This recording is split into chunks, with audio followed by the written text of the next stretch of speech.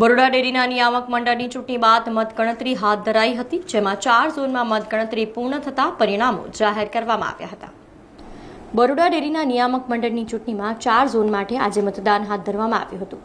સાંજે 4 કલાકે મતગણતરી હાથ ધરવામાં આવતા એક બાદ એક ઝોનના પરિણામો સામે આવ્યા હતા, જેમાં વડોદરા ઝોનમાં પાર્થિવ પટેલ, કે જેઓ વર્તમાન ડિરેક્ટર શૈલેષ પટેલના પુત્ર છે અને તેમને ભારતીય જનતા પાર્ટીએ મેન્ડેટ આપ્યો હતો, તેમનો વિજય થયો છે, જ્યાં વિજયની ઉજવણી ફટાકડા ફોડીને ઢોલના નાદ સાથે કરવામાં આવી હતી।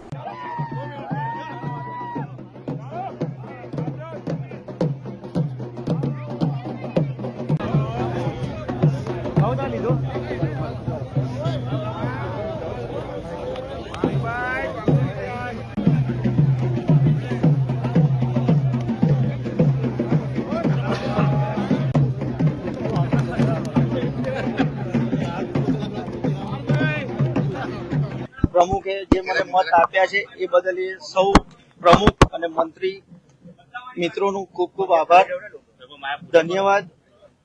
અને આગામી દિવસોમાં જે બરોડા ડેરીનો વિકાસ ચાલે છે એ જ પ્રમાણે આગળ ધપાવવાનો પૂરેપૂરો પ્રયત્ન કરીશું અને દૂધ ઉત્પાદકો માટે જે કંઈ એમના લાભમાં નિર્ણય લેવાનો થશે એની માટે અમારો પૂરેપૂરો સહકાર રહેશે।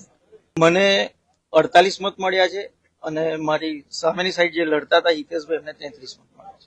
જીતવા પાછળનું મુખ્ય કારણ જે વર્ષોથી મારા પિતાશ્રીએ આ ડેરીના વહીવટમાં યોગદાન આપ્યું છે, એમના આશીર્વાદથી આજે મને ભવ્ય જીત મળી છે। પપ્પાની લેગેસી, એમના આશીર્વાદથી જ આજે હું જે કંઈ છું આજે ડિરેક્ટર બની ચૂક્યો છું। બાકી મારું સપનું પણ ના હોય, પણ મારા પિતાશ્રીના આશીર્વાદના લીધે જ હું આજે અહીંયા છું અને આવનારા દિવસોમાં એમના માર્ગદર્શન હેઠળ એમના અનુભવનો ઉપયોગ કરીને ડેરી માટે જે સારું કરી શકું એનો પૂરેપૂરો પ્રયત્ન કરીશ। જ્યારે તેમના સામા ઉમેદવાર હિતેશ પટેલે તેમની હાર થઈ હતી, તેઓએ પોતાની હાર સ્વીકારી હતી। જે પરિણામ મને સ્વીકારે છે અને બહુ સરસ, થોડી મહેનત કરવામાં થોડી તકલીફ પડી છે। આવતી વખત વધુ મહેનત કરીને પરિણામને ફરી વખત ચેલેન્જ કરીશું। એની અંદર આવતી વખત 5 વર્ષની અંદર મતદારો સુધી પહોંચીશું અને જે કંઈ બી મતદારોની અંદર ક્ષતિ હશે એ 5 વર્ષની અંદર દૂર કરીશું અને જે પરિણામ આવ્યું અમે સ્વીકારે છે। હિતેશભાઈ, કેટલા મત પડ્યા છે તમને? મારા 33 મત આવ્યા છે। ઓકે, અને કેટલા મતોથી તમારા 8 મત। વડોદરા ઝોન બાદ સૌથી રસાકસી જે ઝોનમાં હતી એવા ડેસર ઝોનની મતગણતરી હાથ ધરવામાં આવી હતી, જેમાં ભારતીય જનતા પાર્ટીનું મેન્ડેટ જેમને પ્રાપ્ત થયું હતું એવા સાવલીના ધારાસભ્ય કેતન ઇનામદારના અંગત વિશ્વાસુ મનાતા સુરપાલસિંહ પરમારની જીત થઈ હતી, જ્યારે વર્તમાન ડિરેક્ટર કુલદીપસિંહ રાઉલજીની હાર થતાં તેમણે હાર સ્વીકારી આગામી 2030ની ચૂંટણીમાં ફરી ઝંપલાવીશું તેવી પ્રતિક્રિયા આપી હતી। ખાલી 5 મતનો ડિફરન્સ છે, એમનો 38 છે, મારા 43 છે। 5 મત છે। ક્યાં કમી રહી ગઈ? મહેનતમાં ક્યાં કમી રહી ગઈ? સવારે વાત થઈ હતી, તમે કીધું હતું કે સાંજે 4 વાગે પરિણામ જોઈ લેશે, પરિણામ આવી ગયું છે, મારા 38 મતદાર ઉપર ભરોસો હતો, રાજકારણમાં નહીં ઉતર્યો। મને ભરોસો હતો કે હું જીતી રહીશ, પણ હવે રાજકારણમાં તો એવું હાર જીત થયા જ કરે, આજે નહીં તો ફરી। સવારે સુરપાલસિંહે કીધું હતું કે એમનો પાપનો ગળો ભરાઈ ગયો છે, 14 મંડળીઓ બંધ થઈ ગઈ છે। ના, પાપનો ગળો કશું ભરાયો નથી। રાજકારણમાં બધા એકબીજા આક્ષેપ કરતા રહીશ અને હું લડતા આવ્યો છું, લડતો રહીશ। ખાલી 5, મારા 38 હતા, એમના 43 મશીનરીના જે ઉપયોગની વાત ના, હા, ખોટી પ્રેશર પોલિટિક્સ આમાં કામ કર્યું। ધારાસભ્ય પોલીસનો ઉપયોગ કર્યો, સરકારી તંત્રનો ઉપયોગ કરી, ધમકાયા, ડરાયા, ઘરેથી જબરજસ્તી ખેંચી લઈ ગયા અને મતદાન કર્યું। રસ્તામાં આવતો એને ગઈકાલે બી રોકી દીધા અને એમના ખેમામાં લઈ ગયા। એ પ્રમાણે મને એવું લાગ્યું કે ખરેખર પોલીસ તંત્રનો અને સરકારી મશીનરીનો ખૂબ ભરપૂર ઉપયોગ કરી અને મને હરાવવામાં આવે। એમાં કોઈ ફરિયાદ કરવાના તમે? કોઈ ફરિયાદ નહીં, હવે તો જે થઈ ગયું છે ફરી 2030માં લડીશું। તમારી મંડળી પર જે ઓડિટ લાવ્યું છે હવે 25 તારીખ છે, તો 25 તારીખે જવાબ આપવાના છે। સુરપાલસિંહે પશુપાલકોનો આભાર વ્યક્ત કર્યો હતો, સાથે જ પાર્ટી અને ધારાસભ્ય કેતન ઇનામદારનો પણ વિશેષ આભાર વ્યક્ત કર્યો હતો। ખૂબ આભાર ભારતીય જનતા પાર્ટી સંગઠનનો પણ ખૂબ ખૂબ આભાર। સાવલી તાલુકાના લોકપ્રિય ધારાસભ્ય શ્રી કેતનભાઈ ઇનામદારનો વિશેષ આભાર માનીશ કે મને નાની ઉંમરની અંદર ડિરેક્ટર બનવાનો મોકો આપ્યો। સુરપાલસિંહ, જ્યારે ચૂંટણીમાં ઝંપલાયું હતું શું લાગ્યું? મારી ભારતીય જનતા પાર્ટીનો ખૂબ ખૂબ આભાર કે પાર્ટીના મેન્ડેટથી જ હું આજે ચૂંટણી જીત્યો છું। પાર્ટીના લીધે જ હું આ ચૂંટણી જીત્યો છું। કેટલા મત મળ્યા છે? 43 મત મળ્યા છે મને। હવે આગળ શું રણનીતિ? પશુપાલકોના હિતમાં જે પણ નિર્ણય લેવામાં આવશે સારા નિર્ણય માટે મારું યોગદાન રહેશે. હા, કેતનભાઈની સાથે રહીશું અમે એની સાથે. ડેસર ઝોન બાદ ડભોઈ ઝોનની મતગણતરી હાથ ધરવામાં આવી હતી, જેમાં ભાજપના ઉમેદવાર અને વર્તમાન ડિરેક્ટર દીક્ષિત પટેલની જીત થઈ હતી. દીક્ષિત પટેલની જીત થતાં તેમના સમર્થકોમાં ખુશીનો માહોલ જોવા મળ્યો હતો, જ્યાં દીક્ષિત પટેલના સમર્થકોએ ફટાકડા ફોડ્યા હતા અને તેમની જીતને વધાવી દીધી હતી. ધારાસભ્ય શૈલેષ મહેતા પણ તેમની જીતની શુભેચ્છા પાઠવવા માટે બરોડા ડેરી ખાતે પહોંચ્યા હતા.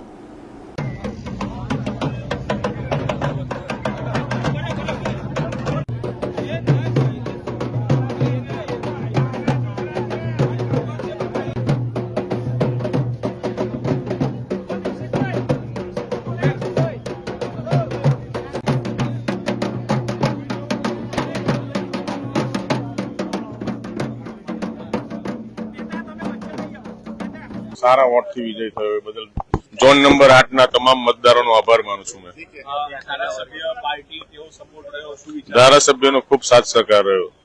પાર્ટીએ પણ તમને મેન્ડેટ આપ્યું? હા, પાર્ટીએ મેન્ડેટ આપ્યો અને ધારાસભ્યનો પણ ખૂબ સાથ સહકાર રહ્યો. મતોનો ફેર રહ્યો, તમને કેટલા મળ્યા? મને 52 મળ્યા છે અને સામેના પક્ષે 24 મળ્યા છે.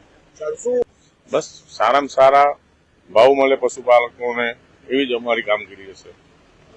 શું શૈલેષભાઈ સાથે વાત થઈ? કેવી રીતે સ્ટ્રેટેજી બની? તમામ લોકો સાથે રહ્યા? ભારતીય જનતા પાર્ટીમાં તો પહેલી એક વાત છે કે સંગઠન કામ સાથે મળીને જ કરતું હોય છે. આ એની જીત છે. ખૂબ આનંદ થાય છે. સેવા કરવાનો જે મોકો મળ્યો છે એનો પૂરેપૂરો પ્રયત્ન કરીશું કે સારામાં સારો સમય આપીને સારામાં સારી સેવા કરી શકીએ. જે મતદારોએ ન્યાય આપ્યો એને અમે અમારે હાર સ્વીકારીએ છીએ અને મારા સામેના ઉમેદવારને 52 મત મળ્યા અને મને 25 મત મળ્યા. જ્યારે અંતમાં જેતપુર પાવી ઝોનમાં રણજીતસિંહ રાઠવાની જીત થઈ હતી.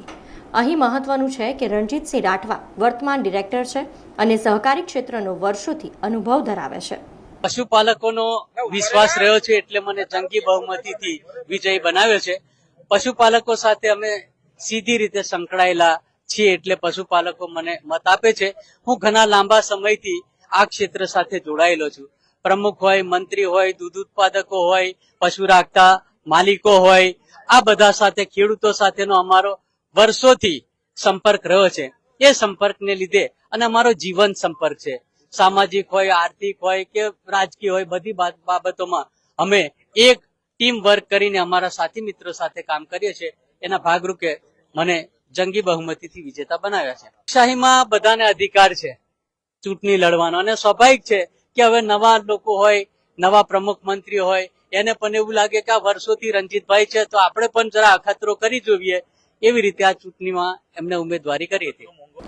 ત્યારે મતગણતરી પૂર્ણ થયા બાદ બરોડા ડેરીની નિયામક મંડળની ચૂંટણીના મુખ્ય ચૂંટણી અધિકારીઓ ऐश्वर्या दुबे વધુ માહિતી આપી હતી. बरोड़ा डेयरी के इलेक्शन समाप्त हो चुके हैं. जोन नंबर 3 में पार्थिव शैलेश भाई पटेल जीते हैं जिन्हें 48 वोट मिले. जोन नंबर 6 में सुखपाल सिंह चिमन सिंह परमार जीते हैं जिनको 43 वोट्स मिले हैं. जोन नंबर 8 में दीक्षित भाई भीखा भाई पटेल जिन्हें 52 वोट्स मिले हैं और जोन नंबर 12 में रंजीत सिंह मोहन सिंह राठवा जिन्हें 80 वोट्स मिले हैं. क्या बताते पूरा इलेक्शन कैसा रहा?